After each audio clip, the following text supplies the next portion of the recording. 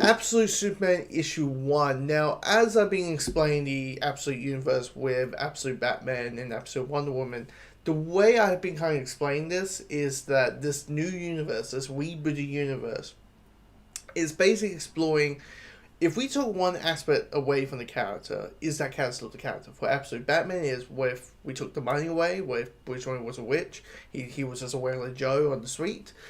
For Wonder Woman's case, what if we took her sisters away? She's still an Amazon, but she, as a baby, was not raised by the Amazons, but raised in hell by Cersei, who is normally a villain. And the question is still, are the characters, is Batman still Batman? Is Wonder Woman still Wonder Woman? And the answer is yes. With Superman, though, like the description is no, no farm, no force of solitude, no this, no this, no this, no this, no this, and you just go, this feels completely different. This is like the definition of, oh, we can do kind of whatever we want with the character in this universe, so I'm going to have some fun with it, and that's what we have here. And this is going to be a version, I think, like, look, for the last X many years, like, seems like Superman is like the one that people are like, Superman needs to be this and that's it. That's what we have learned. But when it comes to this version of Superman by this first issue is going to be the most polarizing. This is the one that I think you're on board or you're not. Because there's so many changes. Like, okay, I figured out that Lois Lane was going to be a general. She's not a reporter, she's now a general. So, okay, that's a bit of a change. But there's like a change on change on change that is so blatant. It's like, yeah, you're on board, you're not.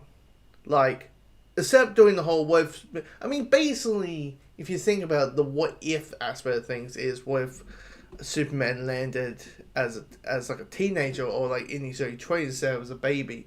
That's the big thing. But because of it, you got all of these different things. Like Brainiac. Clearly Brainiac's the big bad for this 5-part arc. Which is called the last Dust of Krypton, because this is clearly the story is going to be told in two halves. One is going to be on Krypton, exploring this version's of the last days and what led to the destructions, and also exploring the world, this new world of Krypton, this new take on Krypton. The other one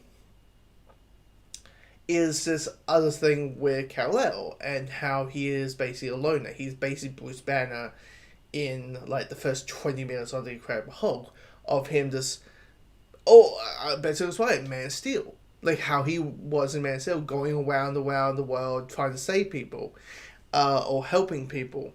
And he notices that there's so many cities and little small towns that are getting abused by this company called Lazarus that has these soldiers called the Peacemakers, which is Peacemaker, but there's like several of them in the armies and that whole stuff. And what you have is just setting up the groundwork for the present day story, but also having a sense of the suit talks to him now. Like he's Iron Man, and I don't want to say Iron Man. It feels like a little bit of Blue Beetle. It's like Blue Beetling Superman a little bit with the suit, because it sounds like the Man of Steel aspect of things isn't that, the red sun, the yellow sun gives him bolted skin, gives him vulnerable skin. It's his suit that gives him the vulnerable skin. That's what it feels like. When he's in danger, it just goes on to him. The suit just manifests, and he has this voice in his head saying, like, leave these humans alone. They have their troubles already. You can't save them. Learn from what Krypton did. And of course, the mysterious thing is what happened in Krypton. The interesting thing about Krypton is this is, I can tell there's a lot of emphasis from like Man of Steel. There's so many like bullet points for Man of Steel. The whole like class system, the whole like you're this or that, or this or that, or this or this. And if you do this, you downgrade to that. And that's what happened. Because we get the story of Clark's parents, Joel and Clark, his Kryptonian parents, and how these two are incredibly smart, but they don't think of the system. They don't think of, they have different opinions, and thinking about, think that the Science League, as they call the science group of Krypton, is not doing that good of a job. And the moment that happens, they downgraded. And the logo, the Superman logo, it's a symbol of hope. It's a symbol of abasement. It's a symbol of downgradedness. It's so like, it is the one where I'm like, the more I explain this, the more I'm like, I don't know what to think of this. Like, Superman's still Superman. He's there. This is Dr. Superman. He's saving people, but he has his voice in his head saying no. Joel is a mine because he's working in the mines being a farmer. So there's still a farm aspect of it, but now it's on Krypton.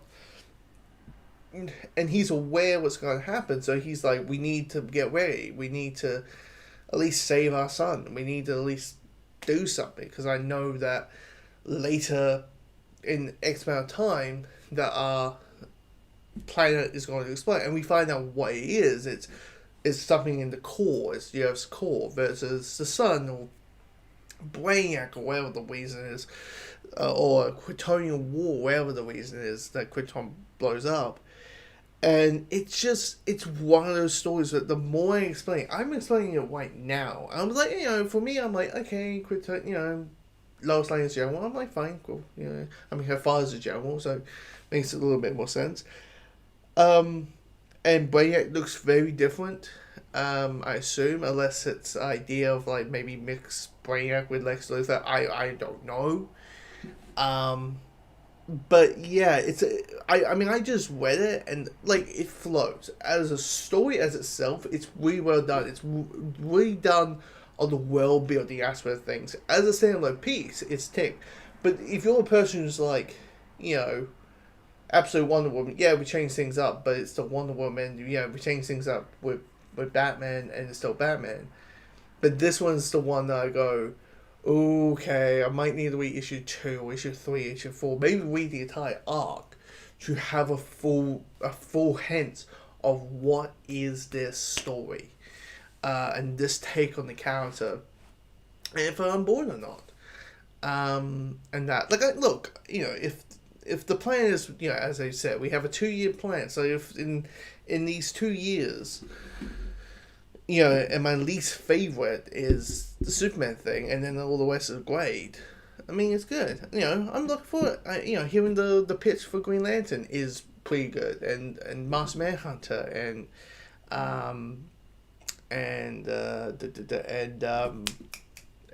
Flash. I haven't heard about the Flash one. Is it like Flash with Speed Force or something? Anyway, or like, we don't have the Mary's parents. Where were the pitches? But I like the Green Lantern one, which is like, what if we took the Green Lantern core away and have the wings, if it's a different thing. But anyway, if you read the issue, let me know your thoughts.